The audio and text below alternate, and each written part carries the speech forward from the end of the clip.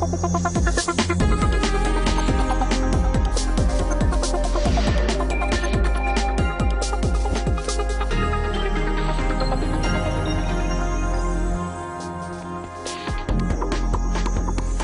Venus-Projekt. Wohlstand für alle durch Abschaffung des Geldes. Utopie oder mehr. Das unglaubliche Projekt eines kalifornischen Architekten, der überzeugt ist, einen Ausweg aus Wirtschafts- und Finanzkrise gefunden zu haben. Hallo bei Newton.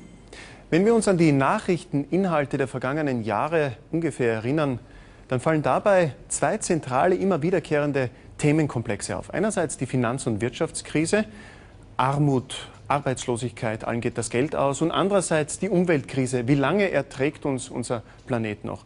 Jetzt könnte man sich die Frage stellen, muss das alles so sein? Gibt es Alternativen und wenn ja, welche? Ein kalifornischer Architekt und Autor schlägt einen radikalen Schnitt vor. Seit 40 Jahren arbeitet Jacques Fresco an einem Gegenmodell, das Wohlstand für alle beinhalten soll. Jetzt ist klar, dass man mit solchen Versprechungen immer vorsichtig sein muss. Wenn wir aber schon keine Alternativen anbieten können, sind gute Ideen immer gefragt. Entscheiden nun Sie, ob das Venus-Projekt des Architekten eine solche gute Idee wäre. Das Venus-Projekt sei ein Plan für sozialen Wandel, der umsetzbar ist. Ziel ist eine friedliche und umweltbewusste Gesellschaft in einer Welt, bei der Mensch, Technik und Natur zusammengeführt werden. Für den Initiator ist es eine Alternative, bei der die Menschenrechte nicht nur auf dem Papier stehen, sondern auch eingehalten werden.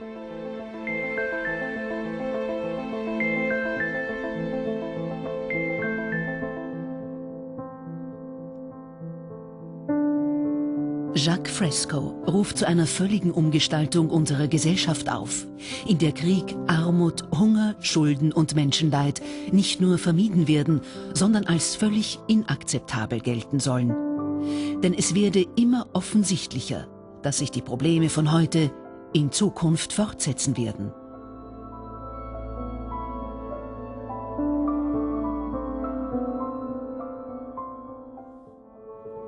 Das Venus-Projekt-Forschungszentrum wurde von Jacques Fresco und Roxanne Meadows ins Leben gerufen, in der kleinen Gemeinde Venus im US-Bundesstaat Florida. Hier versuchen die beiden, die Ursachen für Gesellschaftsprobleme zu verstehen. Woher kommen diese Probleme eigentlich ursprünglich? Wenn Geld etwa dazu verwendet wird, Ressourcen möglichst profitgewinnend zu verteilen, denken dabei viele nur an sich selbst und ihre eigenen Vorteile. Diese müssen abgesichert werden, was oft mit bewaffnetem Konflikt oder mit Militärinterventionen verbunden ist. Krieg ist für Fresco das völlige Versagen von Ländern, Differenzen untereinander zu lösen. Rein pragmatisch betrachtet ist es eine unglaubliche Verschwendung von Leben und Ressourcen. Über 100.000 Firmen werden durch das Pentagon subventioniert. Das große Geld macht aber nur eine Handvoll Großkonzerne. Wer von der Rüstungsindustrie profitiert, hat hier eine gute Gelegenheit, sehr viel Geld zu verdienen. Wenn es bei einem Krieg nicht mehr um Profit gehen würde, gäbe es dann überhaupt noch Kriege? Wenn man sie zum Militär schickt, um ihrem Land zu dienen, setzen sie ihr Leben für dieses Land ein. Man sollte die ganze Rüstungsindustrie abkommandieren.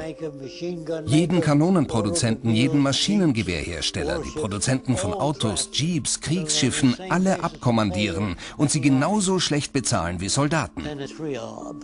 Aber mit dem Verkauf von Kriegsschiffen und Maschinengewehren Millionen verdienen, das ist korrupt. Wenn es nach mir gehen würde, würde ich alle, die beim Militär sind, zur Schule schicken, um Problemlöser zu werden. Wie man mit anderen Staaten zurechtkommt, das müssen wir machen, nicht töten.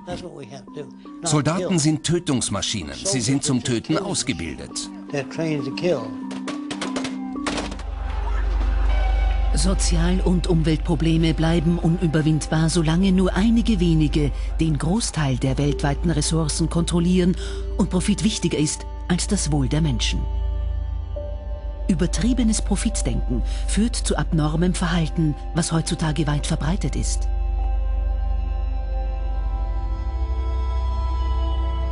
Es gibt Leute, die davon ausgehen, dass wir einfach mehr und bessere Gesetze brauchen, um unsere Probleme zu lösen. Wir haben viele Gesetze, Tausende und Abertausende. Sie werden nur ständig gebrochen. Man kann Teile der Zukunft vorhersagen, wenn man Trends wie Meeresverschmutzung und Mangel an fruchtbarem Land kennt. Wenn man beobachtet, wie dieses menschenunwürdige System wächst, kann ich von weiteren Unruhen und Schlimmerem ausgehen. Das menschliche Verhalten ist ein Produkt seiner Umgebung. Wenn es an etwas mangelt, wie zum Beispiel Wasser, dann wird es wertvoll und der Preis steigt.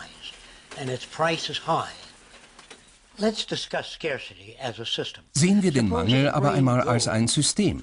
Angenommen, es regnet 3 Tage lang Goldstaub. Dann würden es die Leute einsammeln und am Dachboden und in den Schubladen anstelle ihrer Kleidung horten.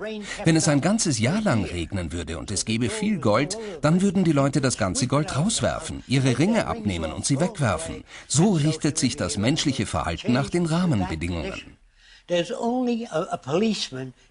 Ein Polizist wird nur vor etwas stehen, was die Menschen benötigen, aber nicht bekommen können. Dann wird es bewacht. Aber wenn Zitronenbäume, Orangenbäume und Apfelbäume überall wachsen, könnte man sie nicht verkaufen. Wenn sie auf einer Insel mit Unmengen an Vorräten landen würden und sie wären zu 10 und es gäbe 1000 Fische für jeden und die 10-fache Menge an Brotfrucht und Bananen, also mehr als ihnen lieb ist, wäre Geld kein Thema, ebenso privater Besitz. Wenn die Insel groß genug wäre, hätten 10 Leute eine Fläche von 8000 Hektar. Niemand würde auf die Idee kommen, sich ein Stück Land abzustecken. Also sollten wir uns besser um die Umwelt und um unser Miteinander kümmern und die Menschen besser ausbilden, so gut wie nur möglich, um überhaupt eine Gesellschaft zu haben. Für Fresco hat die Erde nach wie vor ausreichend Ressourcen für alle. Unsere Praxis, diese durch hohe Preise zu rationieren, ist nicht mehr zeitgemäß und für unser Überleben kontraproduktiv. Heutzutage stehen uns die fortschrittlichsten Technologien zur Verfügung. Diese könnten eine Welt schaffen, auf der alles im Überfluss vorhanden wäre, ohne Sklaverei und Schulden. Wie aber wäre das möglich? Es gibt nicht genug Geld, um alle Menschen auf diesem Planeten zu beherbergen und zu ernähren und schon gar nicht, um diese hochgesteckten Ziele zu erreichen. Gleichzeitig gibt es aber mehr als genug Ressourcen, um die Bedürfnisse aller Menschen zu befriedigen. Sie müssen nur intelligent verwaltet werden. Jacques Fresco präsentiert ein Konzept, das er ressourcenbasierte Wirtschaft nennt. Ein sozioökonomisches System, bei dem alle Waren und Dienstleistungen für jeden zugänglich sind, ohne Geld, Tausch, Kredit, Schulden oder Sklaverei. Ein Wirtschaftssystem, das sich von allen bisher bekannten und angewandten Systemen stark unterscheidet. Fresco entwickelte dieses Konzept nach jahrzehntelangem Forschen und Experimentieren.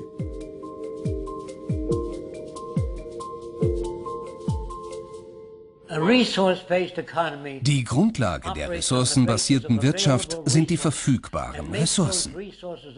Diese sollen für alle Menschen auf der Erde erhältlich sein, kostenlos und ohne Preisschild. Zurzeit haben wir mehr als genug, um eine moderne Gesellschaft aufzubauen. Ich rede hier nicht von ein paar Almosen, die gerade mal so reichen. Ich spreche von einer sehr fortschrittlichen Zivilisation. Wir haben die Mittel, wir haben die Technologie, wir müssen sie nur anwenden.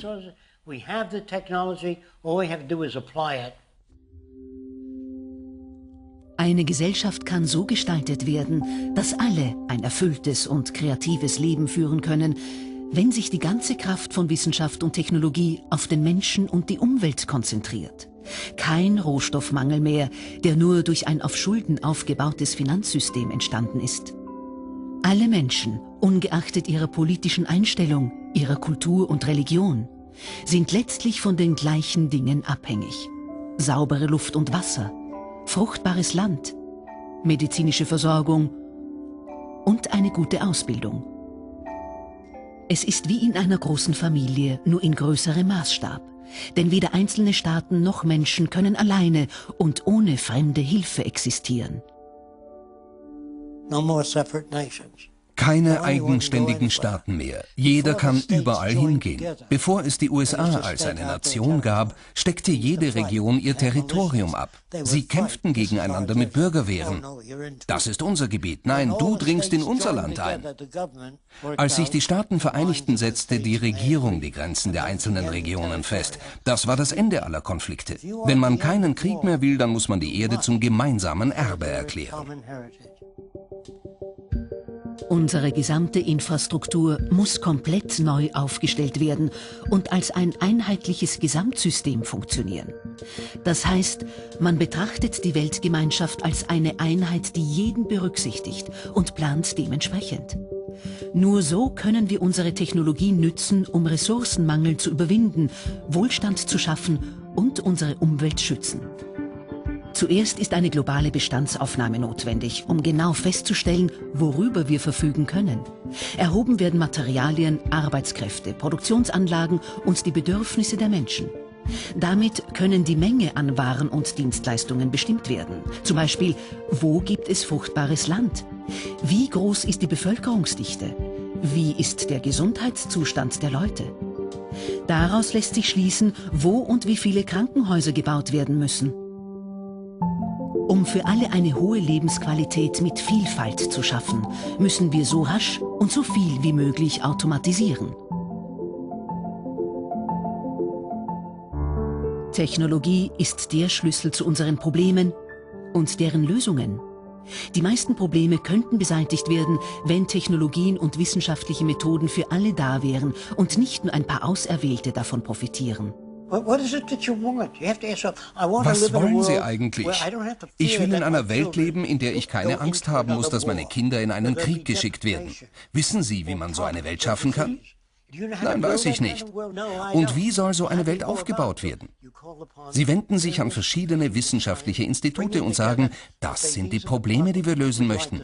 Eine Wissenschaftsregierung heißt nicht, dass Wissenschaftler die Leute beherrschen und kontrollieren, sondern dass sie die besseren Ideen für Transport- und Luftreinigungssysteme haben. Sie kennen die besten Methoden zur Wiederherstellung der Ozeane zum Beispiel. Mit Computern lassen sich die Bedürfnisse jedes Einzelnen erfüllen, wenn sie endlich bis in alle Bereiche einer neuen und dynamischen Kultur vordringen. Wie ein riesiges elektronisches Nervensystem, das alle gesellschaftlichen Lebensbereiche umfasst. Damit können Produktionsabläufe und Vertrieb koordiniert werden, um Engpässe und Überproduktion von Produkten und Dienstleistungen zu vermeiden. Ein konkreter technischer Plan ist erforderlich, damit die Vorräte organisiert und genutzt werden, um Wohlstand für alle zu erreichen. Hier sind einige Ansätze des Venus-Projekts.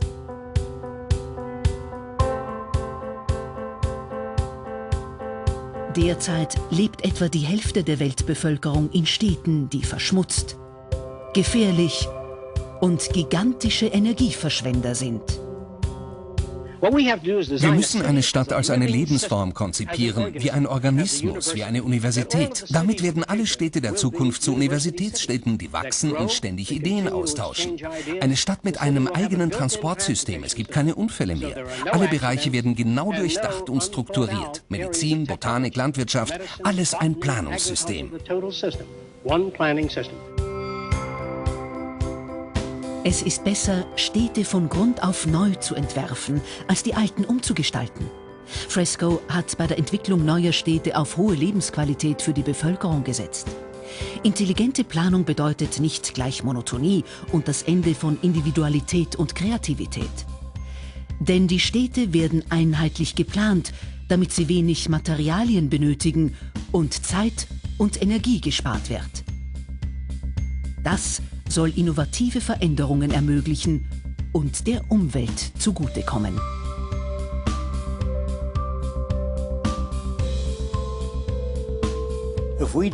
Wenn wir unsere Städte so entwickeln, dass sie alle Bedürfnisse berücksichtigen, werden wir die meisten unserer heutigen Probleme gar nicht mehr haben. Im Zentrum der Stadt, in dieser Kuppel, gibt es Kinderbetreuung, Schule, Zahnarzt und medizinische Versorgung.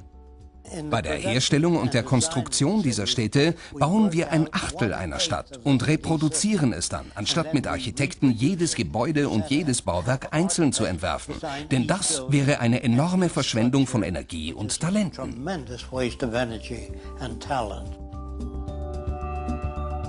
Um die Wohnproblematik für die gesamte Weltbevölkerung zu lösen, würden wir völlig andere Bautechniken als die bisher üblichen verwenden. Fertigteilmodule könnten den Bauprozess wesentlich beschleunigen und revolutionieren. Diese leichten und robusten Wohnungen könnten mit erweiterbaren Fertigteilen vorproduziert und dann mit großen Maschinen an Ort und Stelle aufgestellt werden. Die Außenhüllen dieser Baukonstruktionen sind gleichzeitig Photovoltaikanlagen zur Produktion von Energie.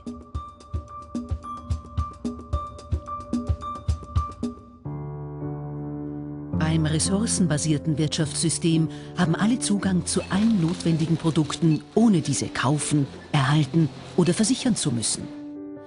So gibt es für jeden viel mehr und die Waren sind stets verfügbar, wenn sie benötigt werden. Alles, was die Leute brauchen könnten, wird hier in den äußeren Versorgungsgebäuden untergebracht. Materialien für die Kunst, Musikinstrumente wie in einer öffentlichen Bücherei. Sie haben Zugang zu einer Kamera, zu einem Fahrrad oder einer Armbanduhr.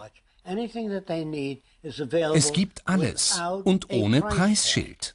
Dafür müssen wir so viel produzieren, dass es uns an nichts mehr fehlt.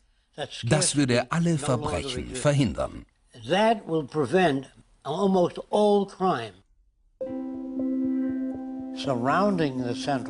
Rund um die Kuppel befinden sich die Forschungszentren. Ihre Arbeit ist wichtig für das Umweltbewusstsein der Bevölkerung.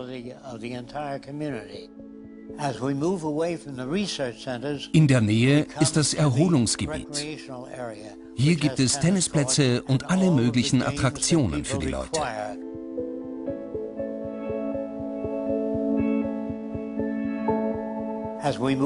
Wenn wir weiterschauen, haben wir hier die Wohngebiete mit Bächen, Wasserfällen und Seen, verteilt auf diese Fläche. Eine breite Palette individueller Häuser und Wohnungen wird angeboten. Sie sollen wartungsfrei und feuersicher sein und Wetterkapriolen standhalten.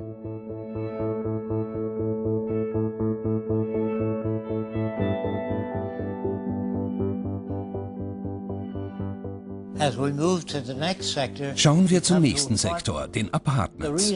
Manche Leute wollen lieber in Wohnungen leben, denn dort sind Theater, Sporthallen und medizinische Einrichtungen alle in einem Zentralturm. Ich glaube, in Zukunft werden viele aus ihren Einfamilienhäusern ausziehen, um in größeren Wohnanlagen zu leben. Am Rand befinden sich die Gewächshäuser und Hydrokulturen. Es gibt auch richtige Landwirtschaft.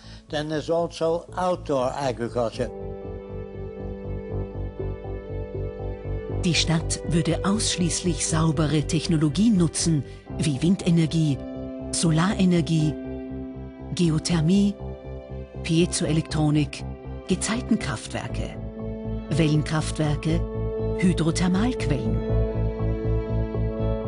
Einen großen Beitrag zur Energiegewinnung könnte eine Brücke oder ein Tunnel über die Beringstraße leisten. In solchen Unterwasserkonstruktionen könnte mit Meerwasser ebenfalls Strom erzeugt werden. Mithilfe all dieser Energiequellen wird die gesamte Erde mit sauberer Energie versorgt, bei gleichzeitig hoher Lebensqualität, ohne umweltschädlichem CO2.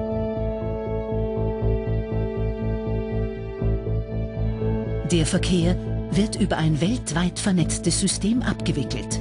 In den Städten wird der sogenannte Transweier zum Einsatz kommen. Über Land reist man mit dem Monorail.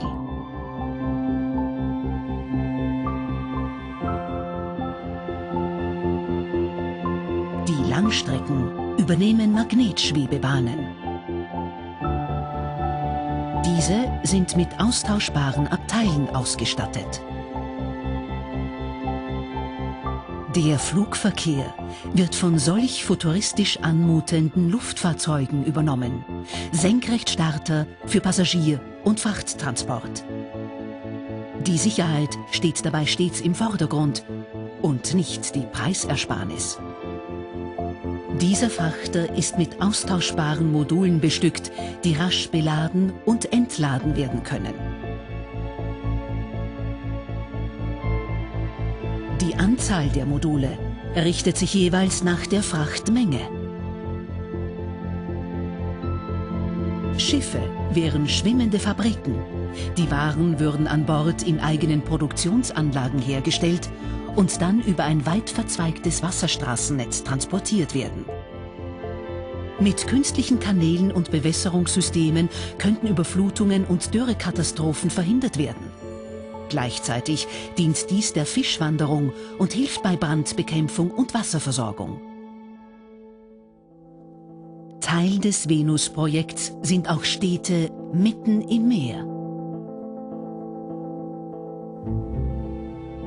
Damit könnte man die Bevölkerungsdichte an Land entlasten.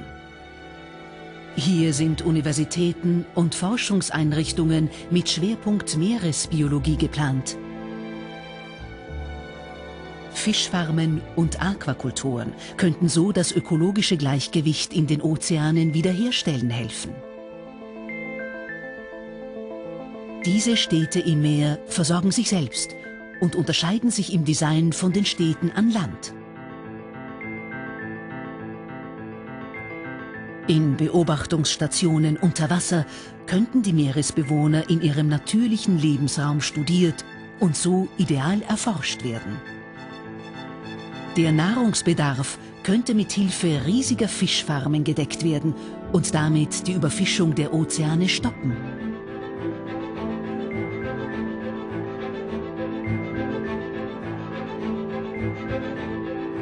Würden moderne Technologien so eingesetzt, wären der Aufbau solcher Konstruktionen und ein Umdenken in der Gesellschaft in kürzester Zeit machbar, ist der 96-jährige Architekt überzeugt. Für Fresco liegt es an uns, eine Welt zu erschaffen, in der Krieg und Leid nur mehr Teil von traurigen Erinnerungen sind. Mit einem ressourcenbasierten Wirtschaftssystem, bei dem Forschung und Technologie dazu genützt werden, Umwelt und Wohlergehen aller Menschen zu schützen.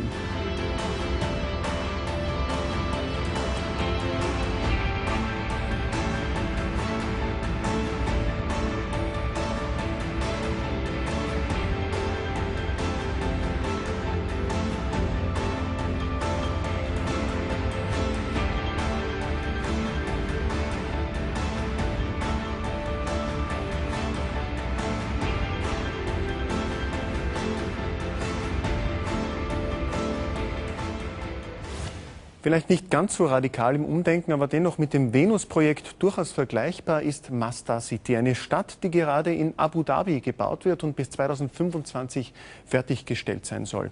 In Masdar City wird es keine Autos geben, kein CO2, keine Abgase. Masdar City wird die erste völlig grüne Stadt der Welt sein. Danke fürs Zusehen. Blackout, Stromnetze vor dem Kollaps. Warum es nur eine Frage der Zeit ist, bis es dunkel wird. Und das Experiment. 48 Stunden ohne Strom. Wie lange würden Sie es aushalten? Newton am kommenden Samstag um 18:25 Uhr in ORF 1 mit Markus Moslechner.